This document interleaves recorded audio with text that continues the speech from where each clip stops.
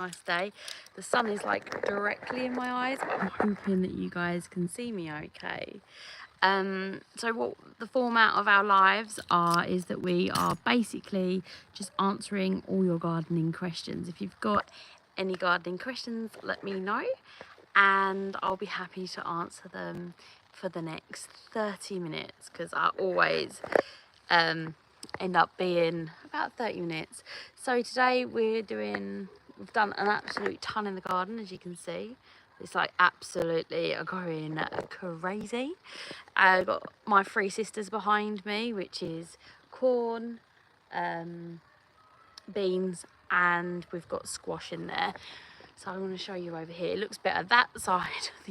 That side, I don't know what happened, but the corn did not do very well there. But that is the corn there, and that is popcorn and sweet corn there. And you got my keeper tomatoes. They look amazing. So they're going to take literal months to go green, and you keep them as months to go red, and they store for absolute months. They're like long-term storing tomatoes, which is pretty cool. Hello, I see people coming in. You've got a little cat crown emoji. I've never seen that before. That's pretty cool. But yeah, this is I want to show you this because it's absolutely gorgeous. Check out my speckled lettuce. Oh my goodness, and that one's starting to bolt, so I should take that one out. Bolting's where, do you see how it's getting all tall? That's all right because it hasn't gone too far. But as it gets tall, it goes really bitter, so we don't want that. How do I protect my garden from strong winds? Well, here in the UK, it's just now really windy just because I've said that. So here in the UK, we have quite a lot of strong winds in the winter. So if you're using black plastic, the best thing to do is kind of, hello Malcolm, nice to see you, is to put bricks on it. I've had where I used to use black plastic and they've blown away. So anything that's easy to blow away, I would literally lock down. If you've got something like, I'm going to show you because I used to have one. This used to have plastic on it. And the only way I got that from not blowing off, so any sort of temporary structures like greenhouse, the only way I find to do that, to stop them blowing away, is to attach them to the wall or peg them or something like that. Hello Matt, how are you? Hope you're fine. That's what I find personally anyway. So it's really worth putting any temporary structures and attaching them to the floor or to a wall or something like that. And it helps with heat retention as well. If you've got a greenhouse against the wall, they're going to be warmer than one that's freestanding anyway, particularly if they're one of those temporary ones. Have you ever had chickens in your garden? So I've never had chickens here. I've had ducks here. We had ducks just over there where all those weeds are, because we used to feed them all the scraps and things like that, so they've started to sprout. And we've had those in there for about 8 years roughly, but we've got rid of them this year. So I've used those in the garden. I think that they are quite destructive, or more destructive, so I've got a spider on me, more destructive than you think. So yes, they are really good for, no, get down, look at him, get down Bailey. He eats my sweet corn. That is my major pest in the garden. Look at him. Bailey, stop eating my sweet corn. Get down. Goodness, I kept having sweet corn damage. And I was like, what is it? What is it? What is it? It's him. You're a naughty boy. He eats my sunflowers too. Bailey, look at him. Bay, stop eating it. Stop. Sorry, I forgot what I was going to say. Oh, yes, chickens. So, yeah, they do quite a lot of damage on the garden patch if you have anything growing. In the winter they're amazing though. They get rid of all the slugs and snails. I've started to see slugs and snails in my vegetable patch because this is the first year I haven't had ducks, and even if they get old and they don't lay, it's well worth having them because of the ability to eat all of the pests, I would say anyway. Joanne, sorry I've missed that about chickens. Tell me everything I need I need to know about having chickens.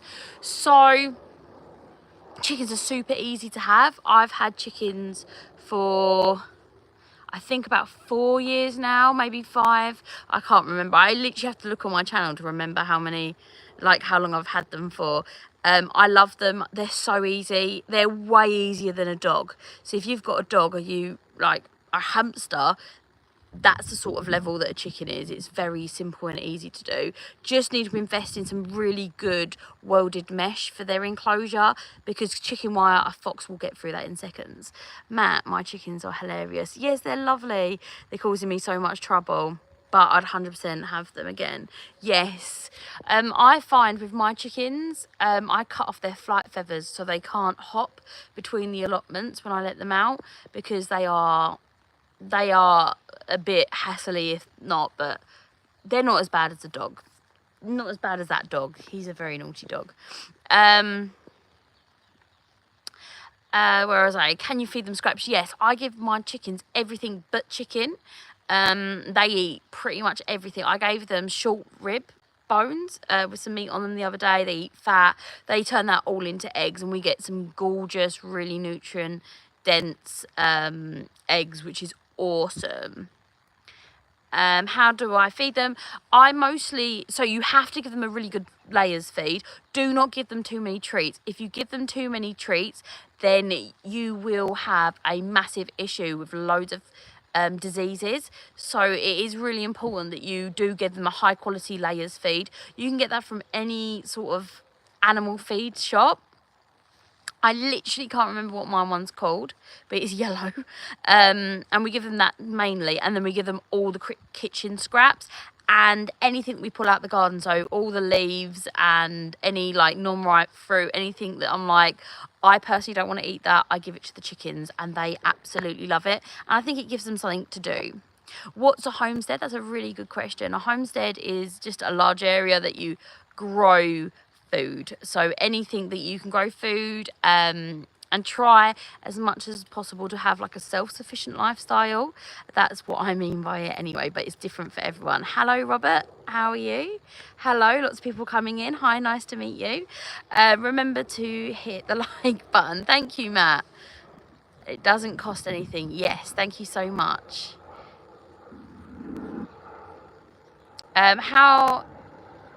How do I grow carrots? You know, this year is the first year, and I'm going to show you because I'm super proud of my carrots.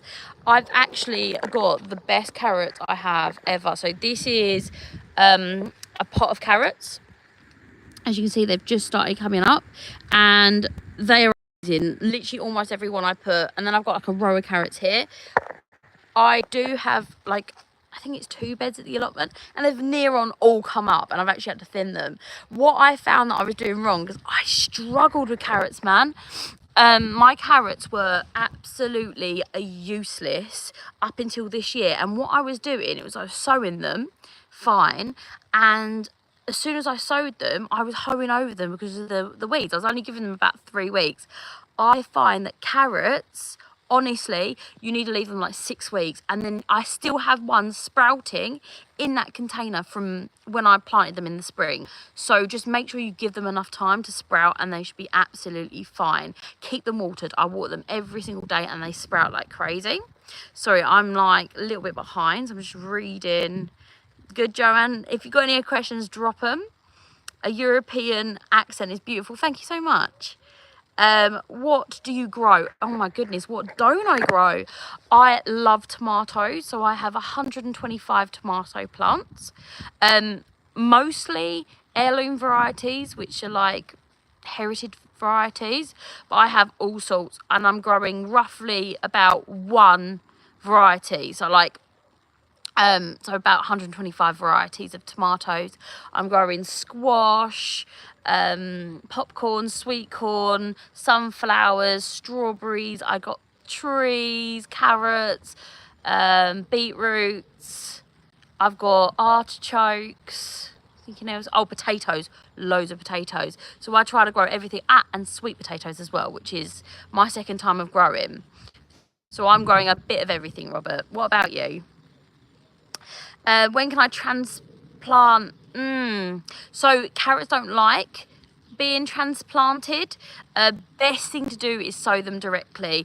If you transplant carrots, then they have really strange roots, so they kind of go like this because they do not like being transplanted. I've tried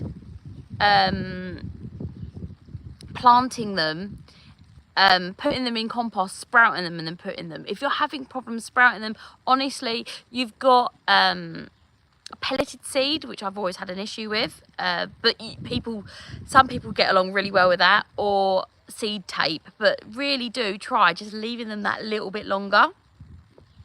What do I find difficult to grow? I used to really struggle with carrots, but like I said, just because I was over eager with them.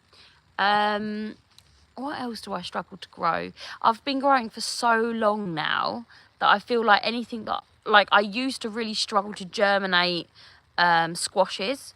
And to be honest, this year I've had an awful germination rate on squashes, but I found if you sit them on their side, they work out fine. So it's one of those things. Hello, Kerry, how are you? That the longer you leave something, or the longer you grow, the less you have failures. You learn these things more easy. What can I speed up growth by watering things? So if you want to speed up growth, the best way to do that is using a fertilizer. There's tons and tons of different fertilizers on the market. A rule of thumb is something like seaweed fertilizers, good for when you only want leaves, and if you want to have fruit or flowers, then move on to something like a tomato fertilizer would be a really great way to go. If you want to go down like an organic route, bloodfish and bone or kelp are really fantastic long-term options. Thank you, you're very welcome. Yes, transplanting carrots they just don't like it, so try doing it directly. All right, Matt says, what is the worst and best vegetables you've grown? That's such a good question. So I don't feel like there's any worse ones because we all have different flavors that we like, etc. But ones I won't grow again, there's a vegetable called utterchar, which is known as the exploding cucumber. I grew those. The reason why I wouldn't grow them again is just because I prefer normal cucumbers. Then that another one, I really regret growing, and it's right here. This is absolutely like one of the biggest weeds I have now. This is called a spinach strawberry, and they have little strawberries on them like that, and they taste like spinach. I regret growing that because it's so invasive, so I'm pulling that out all the time.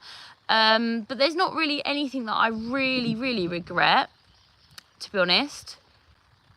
I didn't like black currants just on their own, but I like them in jams and stuff, so I find a way of using pretty much everything. But that was probably the only thing that I was like, oh, I wish I never grew that, it's a bit annoying. But spinach as well, I rubbish at growing spinach. But the best thing I've ever grown is tomatoes. I love tomatoes. I was actually talking about this on my allotment yesterday with someone, and I said if I could think of more ways of using tomatoes, I'd grow more tomatoes. But I can't justify any more tomatoes, or I'm going to turn into one. I grow strawberries. But they don't really grow. How old are your strawberry plants? If your strawberry plants are under a year, or this is the first year, they do grow real slow, and then the second year you'll get more huge strawberries. If you've got them too close together though, like I do, they go absolutely mental, then they do have an issue with not producing as big strawberries as you would like. If you've had them for a few years, then you might need to change them. What's a great jam recipe? So I'm really lazy with my jam recipes. I just do 50-50. So I've got 50% fruit, 50% sugar, and then I use an 8% pectin. I use sugar pectin, but you can use like a low sugar pectin, which I probably should move on to, and just can them like that. But I am probably going to move on to put them in the freezer because I think I like the texture and the taste a little bit more. Sorry about the wind. I don't really know. It was invasive. Yes, the strawberry spinach goes absolutely everywhere, man. I haven't grown it for I think about 5 years, and as you can see, I've just easily found 2 plants of it. So it is literally everywhere in my garden. Ah, okay, so you've had them for like 2 years, maybe. It could be that you've got too many runners too close together, Robert, or it could be that you need to go ahead and change them. I've been watching you for a while. Hello. Thank you so much. I'm so glad that you're finding me inspirational. You are the one person, so you've made my day at the very least. But yeah, with strawberries, I find it does depend on your variety too. Cambridge Favourite is what I grow, as you can see, and I grow ridiculous amount of strawberries. I've canned so much strawberry jam this year. I think it's something like 50 jars, and I have like a lifetime supply of strawberries in the freezer as well, which I'm really excited about because we've been eating those already. I love adding them to like porridge and things like that. How do you keep birds away from seeds? That's a really great question. So what I do is a little bit non-conventional. It's a bit weird, but I do this, and I'm telling you, most of the time it's grim. I should really wash it out, but it's the water.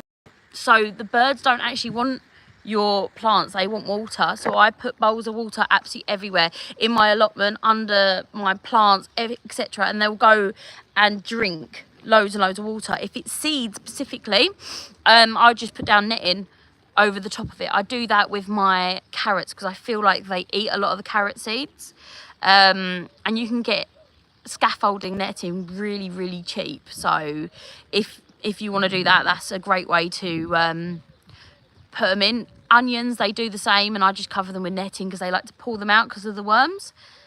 I'm in a flat. I'm bucket growing. Yes, bucket growing potatoes is an absolutely fantastic way to start any sort of potatoes, and really great for carrots too.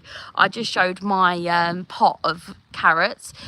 I'm getting more and more interested in container growing, because you can move them around and things, and they're a fantastic way of doing it. I actually started in a flat in like literally our garden was concrete, so it was like a communal garden and it was concrete, so I can't resist. When you see a weed, you've got to pull it out, right?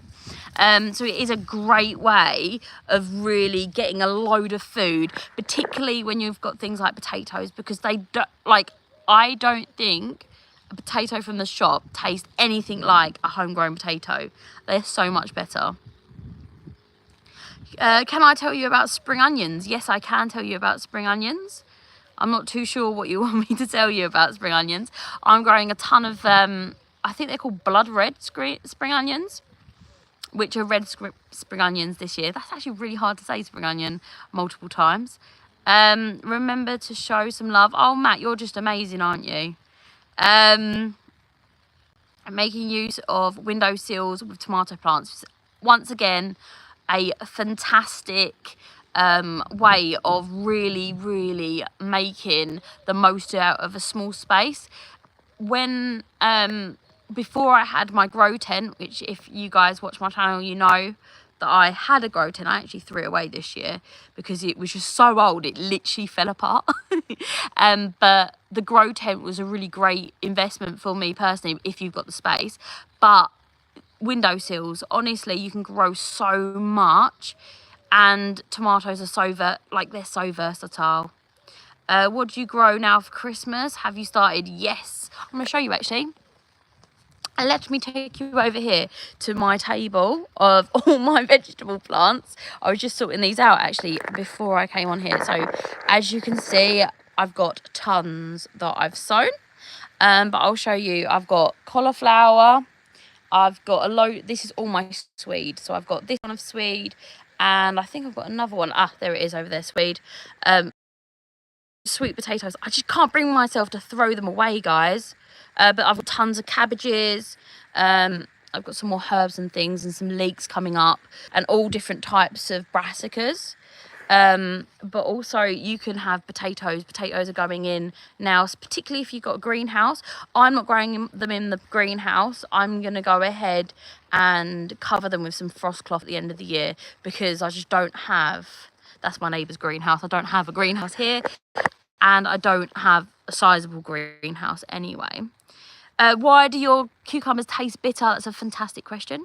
It's because you're not watering them enough. Cucumbers, from my personal opinion, I had this problem this year, was I go ahead and water them, and then I'm like, wow, they've had enough water, and then I water them more.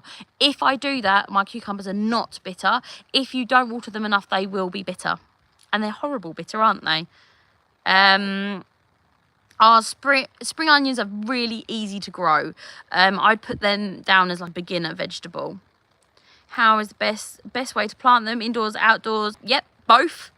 I sow everything this time of year. I sow outdoors. You saw where I sow it. Everything germinates there because it's just easier. Then I don't have to harden it off. I'm trying to make it as easy as possible for myself, because if it isn't easy, I'm not going to do it. Let me see. So you should start them inside and transplant them. Yes, you can, but it's warm enough outside at the moment. They're going to struggle in a greenhouse because it's just so hot. And I've answered that. Why is my cucumber so bitter? So yeah, just water. Everything. At the moment, I don't know where you guys are, but it's raining quite a lot here. So I actually haven't watered anything. But I am starting to kind of worry about my tomatoes because of the amount of rain. So I'm going to start spraying my tomatoes with aspirin to just reduce the likelihood of blight. What can you grow in a greenhouse? My greenhouse has peppers in it. I was just talking about this in the comment section of one of my videos. And I think that my outdoor peppers are doing actually better than my indoor peppers, which I never thought was going to be a thing. But they're like my favourite thing to grow in a greenhouse. But there's absolutely everything you can grow. At the end of the year, I'm going to probably do carrots so that I have carrots for Christmas. And I'll probably be sowing those around about August, September time. What are the benefits of a greenhouse have? Well, the benefits of having a greenhouse is that you actually have a longer growing season. So your growing season is how long you can grow things before the frost.